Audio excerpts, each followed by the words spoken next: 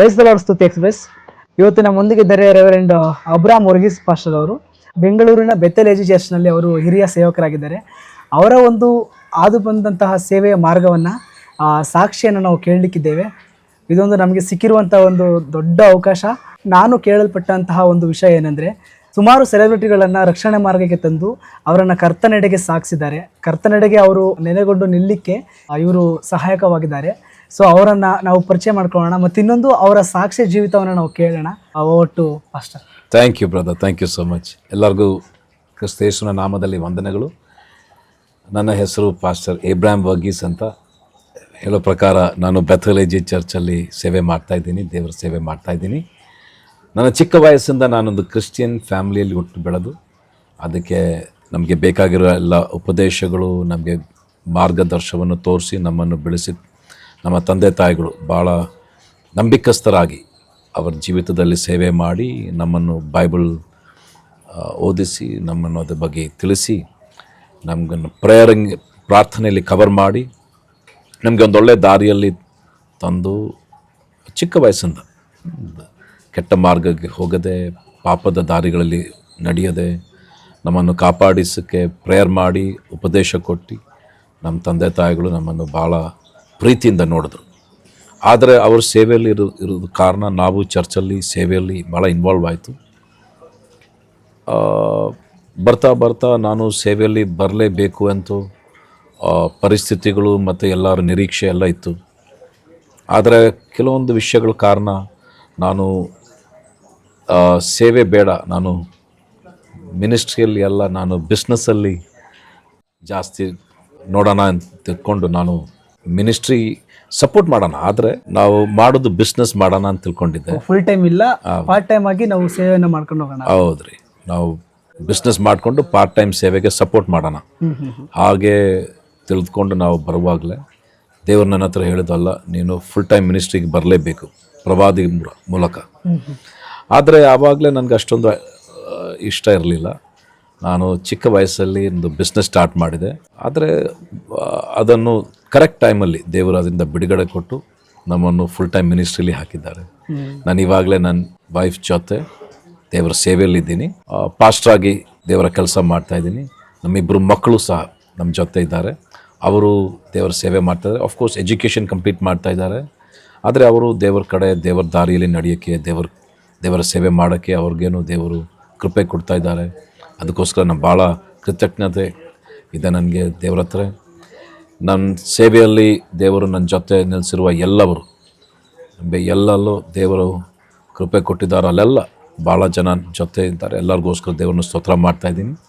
ಕೊಟ್ಟಿರೋ ಒಂದೊಂದು ಸೇವೆಯ ದಾರಿಗಳಿಗೋಸ್ಕರ ಒಂದೊಂದು ರಾಜ್ಯದಲ್ಲಿ ಹೋಗಿ ಅಲ್ಲಿ ವ್ಯತ್ಯಸ್ತ ಕಲ್ಚರ್ಸಲ್ಲಿ ವ್ಯತ್ಯಸ್ತ ಭಾಷೆಗಳಲ್ಲಿ ಮಾತಾಡೋರ ಹತ್ರ ಸುವಾರ್ತೆ ಹೇಳಿ, ಯೇಸುಸ್ವಾಮಿಯ ವಾಕ್ಯವನ್ನು ಹೇಳಿ ಅವ್ರಿಗೋಸ್ಕರ ಪ್ರಾರ್ಥನೆ ಮಾಡಿ ಬರೋದು ನಮ್ಮ ಸೌಭಾಗ್ಯ. ಇಲ್ಲಿ ತನಕ ದೇವರು ನಮ್ಮನ್ನು ನಂಬಿಕಸ್ಥನಾಗಿ ನಡೆಸಿದ್ದಾರೆ. ದೇವ್ರಿಗೋಸ್ಕರ ಇನ್ನೂ ಜೀವನ ಮಾಡಬೇಕಂತೂ, ದೇವರ ಕೆಲಸ ಮಾಡಬೇಕಂತೂ ಕರ್ನಾಟಕದಲ್ಲಿ, ಬ್ಯಾಂಗ್ಳೂರು ಸಿಟಿಯಲ್ಲಿ ಮತ್ತು ಪೂರ್ತಿ ಭಾರತದಲ್ಲಿ ಎಲ್ಲೆಲ್ಲೂ ದೇವ್ರು ಕಳಿಸ್ತಾರಲ್ಲೆಲ್ಲ ದೇವರ ಸೇವೆ ಮಾಡೋಕ್ಕೆ ನಮ್ಮನ್ನು ಒಪ್ಪಿಸಿದ್ದೀನಿ. ಅದು ಭಾಳ ಭಾಳ ಸಂತೋಷದಿಂದ ಈ ಸಾಕ್ಷಿ ಹೇಳ್ತಾ ಇದ್ದೀನಿ. Thank you pastor. ಈಗ ನಮ್ಮ ಒಂದು ವೀಕ್ಷಕರಿಗೆ ತುಂಬ ಬಿಲೀವರ್ಸ್ ಇದನ್ನು ನೋಡ್ತಾ ಇರ್ತಾರೆ, ಅವರಿಗೆ ನೀವು ಏನಾದರೂ ಒಂದು ಮಾತುಗಳನ್ನು ಹೇಳಿ, ಅಂದರೆ ಅವರ ಒಂದು ಸೇವೆ ಮಾಡ್ತಿದ್ರೆ ಸೇವೆಯಲ್ಲಾಗಿರ್ಬೋದು ಅಥವಾ ಯಾವುದಾದ್ರು ನಾಯಕತ್ವದಲ್ಲಿ ಅವರಿದ್ದರೆ ಅದನ್ನು ಅವರು ಹೇಗೆ ತಗೊಂಡು ಹೋಗ್ಬೇಕು? ಓಕೆ, ನಾಯಕರಿಗೂ ಮತ್ತು ಎಲ್ಲ ವಿಶ್ವಾಸಿಗಳಿಗೂ ನಾನು ಹೇಳಬೇಕಂದ್ರೆ, ನಂಬರ್ 1 ಯೇಸುಸ್ವಾಮಿಯನ್ನು ಪ್ರೀತಿಸ್ರಿ. ನಂಬರ್ 1, ಯಾಕಂದರೆ ನಮಗೆ ಇಟರ್ನಲ್ ಲೈಫ್, ನಿತ್ಯ ಜೀವ ಕೊಡೋದು ಯೇಸುಸ್ವಾಮಿ ಮಾತ್ರ. ತಂದೆ ಹತ್ರ ಬರೋಕ್ಕೆ, ನಿತ್ಯ ಜೀವ ಹೊಂದಕ್ಕೆ ಯೇಸುಸ್ವಾಮಿ ಇಲ್ಲದೆ ಎರಡನೇ ಒಂದು ಮಾರ್ಗ ಇಲ್ಲ ಎಂದು ಸತ್ಯವೇದ ನಮಗೆ ತಿಳಿಸುತ್ತೆ.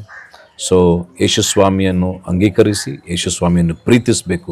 ಅದೇ ಸ್ಟೆಪ್ ನಂಬರ್ 1. ಅದಾದಮೇಲೆ followers of the Lord Jesus, ಯೇಸುಸ್ವಾಮಿಯನ್ನು ಹಿಂಬಾಲಿಸೋದಕ್ಕೆ ಮುಂಚೆ ಫಸ್ಟು ಯೇಸುಸ್ವಾಮಿಯಲ್ಲಿ ನಂಬಬೇಕು, ಯೇಸುಸ್ವಾಮಿಯನ್ನು ಪ್ರೀತಿಸಬೇಕು. ಪ್ರೀತಿಸ್ತಾ ಇರುವವರು ಯೇಸುಸ್ವಾಮಿಯನ್ನು ನಂಬಬೇಕು. ಭಾಳ ಜನ ಯೇಸುಸ್ವಾಮಿ ಪ್ರೀತಿಸ್ತಾರೆ, ಒಳ್ಳೆಯವರು, ಭಾಳ ಒಳ್ಳೆಯ ಉಪದೇಶ, ಸತ್ಯೋಪದೇಶ ಎಲ್ಲ ಕೊಟ್ಟಿದ್ದಾರೆ, ಆದರೆ ನಂಬಲ್ಲ. ನಂಬ್ತಾರೆ, ಸ್ವಲ್ಪ ನಂಬ್ತಾರೆ. ಆದರೆ ಯೇಸುಸ್ವಾಮಿ ಹೇಳಿದಾರಲ್ಲ, ಸತ್ಯವೇದದಲ್ಲಿ ಏನು ಹೇಳಿದ್ದಾರೆ ಅದೇ ಪ್ರಕಾರ ನಂಬಬೇಕು. ಅವರೇ ಬಿಲೀವರ್ಸ್ ಅಂತ ಹೇಳೋದು. He who believes in me even as the scriptures have told. ಸತ್ಯವೇದ ಏನು ಹೇಳುತ್ತೋ ಅದೇ ಪ್ರಕಾರ ಪೂರ್ತಿಯಾಗಿ ನಂಬಿದರೆ ಅವರು ವಿಶ್ವಾಸಿಗಳಾಗಿ ಬರ್ತಾರೆ. ಸ್ವಲ್ಪ ನಂಬಿದ್ರ ಯೇಸು ಸ್ವಾಮಿ ಒಂದು ಕನ್ಯಕೆಯಲ್ಲಿ ಹುಟ್ಟಿದ್ದಾರೆ ಅಷ್ಟು ಸ್ವಲ್ಪ ನಂಬಿದರೆ ಸಾಲದು. ಓ ಯೇಸು ಸ್ವಾಮಿ ನಮಗೋಸ್ಕರ ಜೀವನ ಕೊಟ್ಟು, ನಮಗೋಸ್ಕರ ಪ್ರಾಣ ಕೊಟ್ಟು, ನಮಗೋಸ್ಕರ ನಿತ್ಯ ಜೀವ ಕೊಟ್ಟಿದ್ದಾರೆ, ಇನ್ನೂ ಸ್ವಲ್ಪ ಆಯ್ತು. ಆದರೆ ಸತ್ಯವೇದದಲ್ಲಿ ಏನೇನು ಹೇಳಿದೆಯೋ ಅದು ಪೂರ್ತಿಯಾಗಿ ನಂಬಬೇಕು. ಆವಾಗಲೇ ನಾವು ಬಿಲೀವರ್ಸ್ ಆಗ್ತೀವಿ. ಆದರೆ ಬಿಲೀವರ್ಸ್ ಆದರೆ ಸಾಲದು, ನೆಕ್ಸ್ಟ್ ಲೆವೆಲ್ ನಾವು ಫಾಲೋವರ್ಸ್ ಆಗಬೇಕು. ಯೇಸು ಸ್ವಾಮಿ ಹೇಳಿದ್ರು, ನನ್ನನ್ನು ನಂಬಿದ್ರೆ ನೀವು ನಮ್ಮನ್ನು ಹಿಂಬಾಲಿಸ್ಬೇಕಂದ್ರೆ ನಮ್ಮನ್ನೇ ನಾವು ತ್ಯಜಿಸಿ, ನಮ್ಮ ನಿರೀಕ್ಷೆಗಳು, ನಮ್ಮ ಸ್ವಪ್ನಗಳು ಎಲ್ಲ ಬಿಟ್ಟು, ನಮ್ಮ ಲೈಫಲ್ಲಿ ನಾನೇನೋ ಆಗಬೇಕು ಅಂತ ಎಲ್ಲ ನಿರೀಕ್ಷೆಗಳು ಬಿಟ್ಟು ನಮ್ಮನ್ನು ತ್ಯಜಿಸಿ ನಮ್ಮ ಸಿಲುಬೆಯನ್ನು ತಗೊಂಡು ಹಿಂಬಾಲಿಸೋರು ಮಾತ್ರ ಫಾಲೋವರ್ಸ್ ಆಫ್ ಜೀಸಸ್. ಫಾಲೋವರ್ಸ್ ಆದ್ಮೇಲೆ ನೆಕ್ಸ್ಟ್ ಸ್ಟೆಪ್ ನಾವು ಡಿಸೈಪಲ್ಸ್ ಆಗ್ಬೇಕು, ಶಿಷ್ಯರಾಗಬೇಕು. ಶಿಷ್ಯರಂದರೆ ಡೈಲಿ ಬೇಸಿಸ್ ಅಲ್ಲಿ ಯೇಸು ಸ್ವಾಮಿ ಜೊತೆ ಇರೋ ರಿಲೇಶನ್ಶಿಪ್. ಹಿರಿಯರಾಗ್ಲಿ, ನಾಯಕರಾಗ್ಲಿ, ವಿಶ್ವಾಸಿಗಳಾಗ್ಲಿ, ಯೇಸು ಸ್ವಾಮಿಯಲ್ಲಿ ನಂಬೋರೆಲ್ಲರೂ ಯೇಸು ಸ್ವಾಮಿಯನ್ನು ಪ್ರೀತಿಸಬೇಕು, ಯೇಸು ಸ್ವಾಮಿಯನ್ನು ನಂಬಬೇಕು, ಯೇಸು ಸ್ವಾಮಿಯನ್ನು ಹಿಂಬಾಲಿಸಬೇಕು, ಯೇಸು ಸ್ವಾಮಿಯ ಶಿಷ್ಯರಾಗಿರ್ಬೇಕು. ಅದೇ ನಮ್ಮ ಕರ್ತವ್ಯ. ಪವಿತ್ರಾತ್ಮ ಶಕ್ತಿಯಿಂದ ಅದು ದೇವರು ನಮಗೆ ಒಂದು ಅವಕಾಶ ಕೊಡ್ಲಿ ಎಂದು ಪ್ರಾರ್ಥನೆ ಮಾಡ್ತಾ ಇದ್ದೀನಿ. Thank you. Yes, pastor Abraham Varghese ಅವರು ಅದ್ಭುತವಾಗಿ ದೇವರ ವಾಕ್ಯವನ್ನ ಮತ್ತು ಅವರ ಸಾಕ್ಷಿಯನ್ನ ನಮ್ಮ ಮುಂದೆ ಹಂಚ್ಕೊಂಡಿದ್ದಾರೆ. ಅವರು ಹೇಳಿದಾಗೆ ನಾವೆಲ್ಲರೂ ತೀರ್ಮಾನ ಮಾಡೋಣ. ಮೊದಲನೇದಾಗಿ ದೇವರನ್ನು ನಾವು ಹಿಂಬಾಲಿಸಬೇಕು, ಎರಡನೇದಾಗಿ ಆತನನ್ನು ಪ್ರೀತಿಸಬೇಕು, ಮೂರನೇದಾಗಿ ಆತನನ್ನು ನಂಬಬೇಕು, ನಾಲ್ಕನೇದಾಗಿ ಪ್ರತಿನಿತ್ಯ ಆತನ ಶಿಷ್ಯರಾಗಲಿಕ್ಕೆ ನಾವು ಪ್ರಯಾಸ ಪಡಬೇಕು. ಎಷ್ಟು ಅದ್ಭುತವಾಗಿ ದೇವರ ವಾಕ್ಯವನ್ನು ಹಂಚ್ಕೊಂಡಿದ್ದಾರೆ. ಆ್ಯಕ್ಚುಲಿ ಹೇಳಬೇಕಂದ್ರೆ ಇವರಿಗೆ ತುಂಬ ಬ್ಯುಸಿ ಶೆಡ್ಯೂಲ್ ಇದ್ದರೂ ಕೂಡ ದೇವರ ಮಹಾಕೃಪೆಯಿಂದ ನಮಗೆ ಇವತ್ತು ಅವೈಲೇಬಲ್ ಆಗಿ ಅವರ ಸಾಕ್ಷಿ ಜೀವಿತವನ್ನು ಕೇಳಲಿಕ್ಕೆ ಅವಕಾಶ ಆಯಿತು. ಇದೇ ರೀತಿಯಾಗಿ ಅನೇಕ ಸೇವಕರುಗಳ ಸಾಕ್ಷಿಯ ಜೀವಿತವನ್ನು ನಿಮ್ಮ ಮುಂದೆ ಇಡಲಿಕ್ಕೆ ನಾನು ಪ್ರಯತ್ನ ಪಡ್ತೇನೆ. ಹೆಚ್ಚಿನ ಸ್ಪಿರಿಚುವಲ್ ಕಂಟೆಂಟ್ಗಾಗಿ ಸ್ತುತಿ ಎಕ್ಸ್ಪ್ರೆಸ್ ಯೂಟ್ಯೂಬ್ ಚಾನಲನ್ನು ಸಬ್ಸ್ಕ್ರೈಬ್ ಮಾಡ್ಕೊಳ್ಳಿ.